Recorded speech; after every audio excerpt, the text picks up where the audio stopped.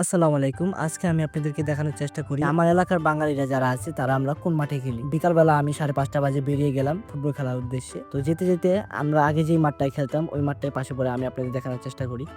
তো আমরা সবসময় সেকশন 2 এর এই মাঠটার ভিতর খেলতাম। কারণ এই মাঠটা আজকে বৃষ্টির কারণে পানি দিয়ে ভরে গেছে ওই যে বার দেখা যায়। এই মাঠটা আজকে আমরা খেলবো না, কারণ বৃষ্টির কারণে এই মাঠে অতিরিক্ত পরিমাণ পানি হয়ে গেছিল আর কাদা হয়ে গেছিল।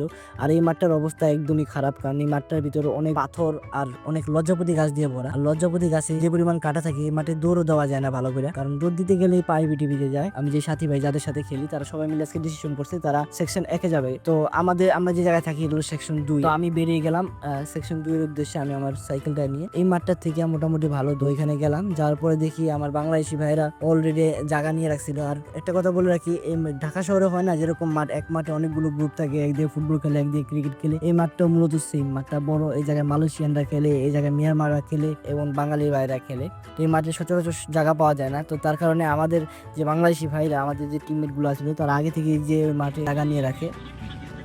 বাইরে দেশি প্লেয়ার গুলো খেলো। হাই হাই, হোলিংটা তো মিস করে লাইছি। হ্যাঁ, আজকে মিস করে দেবো না। তো ওইখানে যাওয়ার পর দেখি কিছু মালয়েশিয়ান ছেলে পেলে ওখানে খেলতেছে। তো আমাদের প্লেয়ার কম থাকার কারণে আমরা তাদেরকে যে রিকোয়েস্ট করি যে তাদের সাথে খেলা যাবে কিনা।